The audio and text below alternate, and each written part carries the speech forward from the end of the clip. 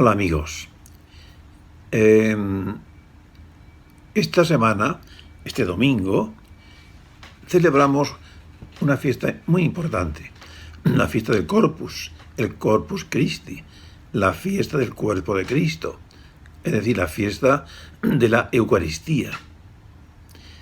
La Iglesia, pues, no se conformaba con que demos culto al Señor en el sagrario, que vayamos a la misa, que hagamos exposiciones del Santísimo, etcétera, etcétera. Sintió la necesidad de sacar al Señor a la calle, a nuestras calles, a nuestras plazas, donde nosotros hacemos la vida. Y el Señor también es el Señor de la vida, es el Señor del pueblo, es el Señor de las calles, de las plazas, y merece y le gusta salir a donde están sus hermanos los hombres. Por eso instituyó esta fiesta, Corpus Christi, una vez al año, para sacar a Jesucristo de Eucaristía en procesión por las calles. Bien, este año, como el año pasado, un poco especial debido a la pandemia, entonces no estaba permitido hacer una procesión por las calles. La Iglesia se ha limitado a dar culto a la Eucaristía dentro de los templos o en los atrios de las iglesias, etcétera. No se ha podido hacer otra cosa. Pero bueno, por lo menos nos hemos acordado del Señor en este día tan especial. Bueno, vamos a hablar de la Eucaristía. Claro, la Eucaristía es un tema que lleva mucho tiempo, es muy importante, por eso no lo vamos a agotar en una charla, sino que la dejaremos, parte del tema lo dejaremos para la semana que viene. Bueno, pues la Eucaristía es la fuente y cima de toda vida cristiana. Toda vida cristiana surge de la Eucaristía, del Señor. Y por eso siempre la Iglesia ha predicado la necesidad del trato con Jesucristo, Eucaristía. Y por eso los santos han sido almas de Eucaristía, porque han intentado llegar al máximo. Y el máximo es Eucaristía, es Cristo mismo presente entre nosotros. Esto es un dato, una verdad de fe, que si no la comprendemos, que si no la aceptamos, pues no somos cristianos, así de claro. Es decir, que Cristo está presente en la Eucaristía. La Eucaristía no es solamente una ceremonia, es el culto que damos a Jesucristo, realmente presente entre nosotros. La Eucaristía es la cumbre de la vida cristiana, la cumbre de la Iglesia. Si nosotros, nosotros pensamos que la Iglesia va caminando hacia el cielo, va, diríamos, llegando a cumbres determinadas, momentos determinados, que son como pasos, en los cuales vamos dando culto a la Eucaristía. La Eucaristía nos va acompañando en ese ascenso hacia el cielo. Son los momentos cumbres de la Iglesia, el encuentro con la Eucaristía frecuentemente. Bien, la Eucaristía es una plena comunión, porque es Jesucristo que dijo: amaos unos a los otros como yo os he amado. Y cuando Jesucristo instituye la Eucaristía en la última cena, no se cansa de repetir que tenemos que estar unidos. Padre, consérvalos, manténlos en la unidad, que sean uno, como tú y yo somos uno. Por tanto, la Eucaristía es unidad, es encuentro de corazones. También la Eucaristía santifica. No hay vida cristiana auténtica, no hay santidad, si no hay Eucaristía. Y la Eucaristía no es solamente saber que el Señor está en el sagrario, que está en la parroquia. La Eucaristía es Cristo que nos espera todos los días, o al menos cada domingo, para celebrar el encuentro de amistad de Él con nosotros. La Eucaristía es, por tanto, es un adelanto del cielo. ¿Qué es el cielo? El cielo es el encuentro con Jesús, con Dios Padre, Hijo y Espíritu Santo. Y por tanto con Jesús. Ese Jesús que está en el sagrario de tu pueblo, de tu parroquia. Ese Jesús está en el cielo, en la tierra y en todas partes. Entonces, ese trato de amistad con Jesucristo, aquí en la tierra, culminará en el trato eterno con Él en el cielo. Por eso el trato con la Eucaristía es un adelanto de la vida del cielo. Y la Eucaristía es el compendio de toda la vida cristiana, el compendio de los sacramentos, de la doctrina, del Evangelio, etc. Es decir, que todo se resume en el encuentro con Jesús. Cuando comulgamos, nos encontramos con Jesús, estamos recibiendo la esencia de nuestra fe, la esencia del cristianismo. Estamos recopilando todas las verdades en una sola, que es Cristo está con nosotros. Cristo vive con nosotros. Bien, vamos a plantearnos algunas cuestiones que algunos piensan y no saben resolver. Y algunos preguntan, ¿todavía se considera como obligatorio, bajo pena de pecado grave, el asistir a misa los domingos? Bueno, hay un mandamiento de la Iglesia que así lo dice, pero no podemos plantearnos el trato con la Eucaristía, la celebración de la Eucaristía, como un modo de evitar un pecado grave, como una obligación grave. Es obligación naturalmente grave. Pero no vamos a misa para evitar un pecado grave, no. Vamos a misa para estar con el Señor, porque es un deber nuestro grave e importante. Aunque la Iglesia no diga nada y no obligue bajo pena grave, somos nosotros los que tenemos que obligarnos, pero con una obligación de amor, de cariño hacia Dios.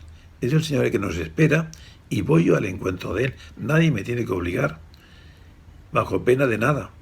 Voy yo porque el Señor me quiere y yo quiero estar con Él. Bien, se oye a veces decir que asistir a misa sin comulgar es como si no se va. Es decir, la misa vale cuando comulgo, la misa vale, comulgue yo o no comulgue. Naturalmente, si comulgo estando preparado, estoy participando del banquete del sacrificio de Jesús, como en la última cena. Pero hay que tener en cuenta que no es obligatorio. No podemos tomar como obligatorio el comulgar porque voy a misa, como si fuera un derecho. Y mucha gente lo entiende así. Es que yo voy a misa y, bueno, todo el mundo comulga y yo también comulgo. O voy a una boda y yo comulgo. Y voy a un entierro y yo comulgo. Y voy a unas primeras comuniones y yo comulgo. Como si fuera un derecho. Y sin pensar si estoy o no estoy preparado para ello. Esto es muy importante. En el trato con Jesús no podemos ir de cualquier manera. Hay que ir con la gracia de Dios, con el vestido nuevo de la gracia de Dios en nuestra alma. Esto es importantísimo. Entonces vamos a ver, ¿qué es mejor? ¿Comulgar o no comulgar? Bueno, pues lo mejor es comulgar, pero estando preparados. No podemos comulgar de cualquier manera. Es decir, yo no puedo traer a Jesús a mi alma cuando mi alma no está en gracia, no está preparada para amar de verdad al Señor. Y esto hay que tenerlo en cuenta. Cuando uno va a misa, tenemos que pensar, bueno, quiero comulgar, sí, voy con tiempo, ese día o el día anterior o de la semana, para confesar y pedir perdón por mis pecados y recibir la gracia de Dios. Y de ese modo voy a misa con el traje nuevo, no solamente con el traje físico de los domingos, sino con el traje espiritual de la gracia de Dios en mi alma. Debemos seguir, por tanto, confesados. Si no estás en gracia de Dios, si tienes conciencia de alguna falta grave, hay que confesar antes de comulgar. Uno puede estar celebrando la Eucaristía sin estar en gracia de Dios. Bueno, otra cosa es recibir la Eucaristía. Para recibir la Eucaristía en mí, en mi alma, en mi corazón, tengo que estar en gracia de Dios. Y por tanto, si no tengo conciencia de estar en gracia de Dios, debo ir a confesar antes. Y a veces hay personas que no tienen conciencia de pecado nunca. Es falta de formación. Entonces uno tiene que pensar en los mandamientos. Los 10 mandamientos, a ver si falta alguno de ellos de un modo grave.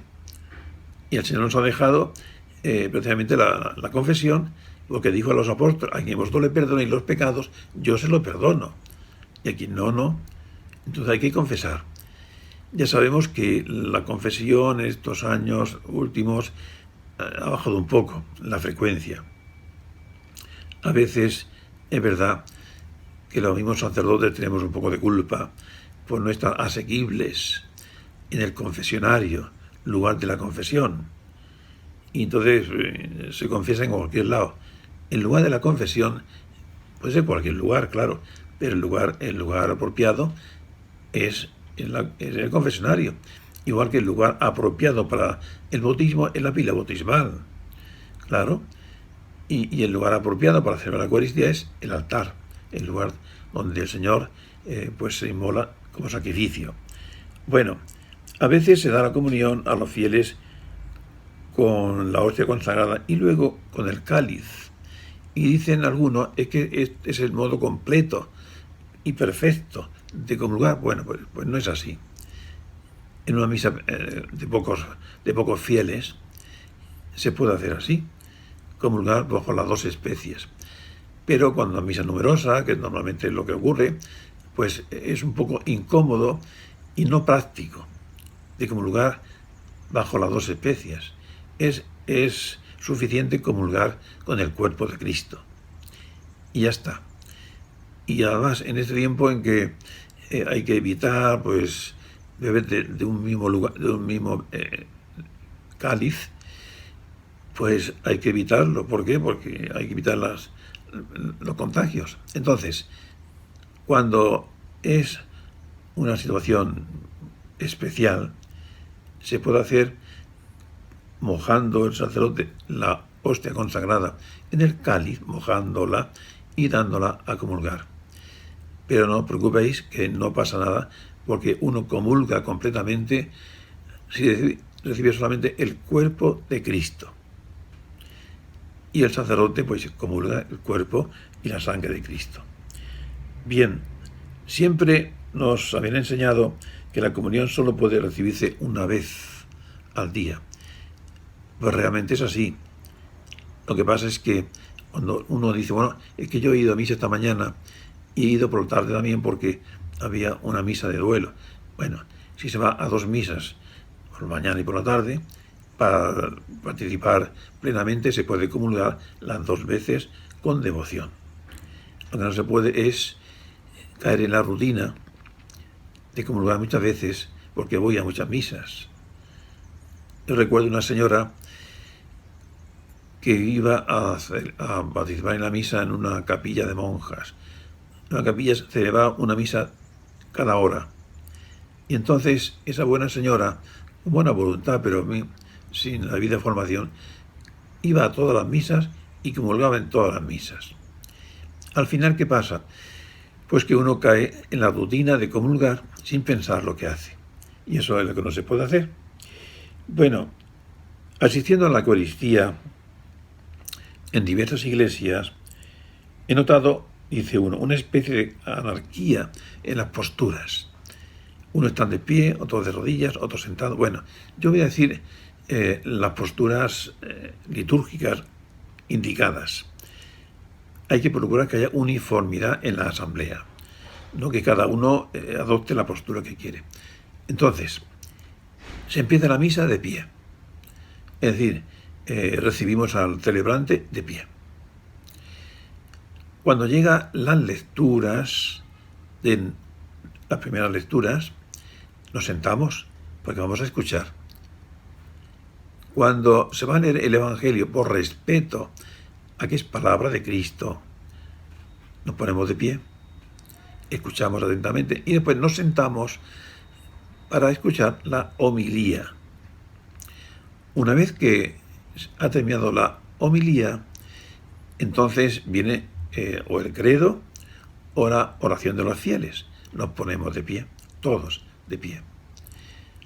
Y ya continuamos de pie hasta el momento, después nos sentamos para la ofrenda del pan y del vino, ya hasta el momento de la consagración. ¿Qué hay que hacer en el momento de la consagración?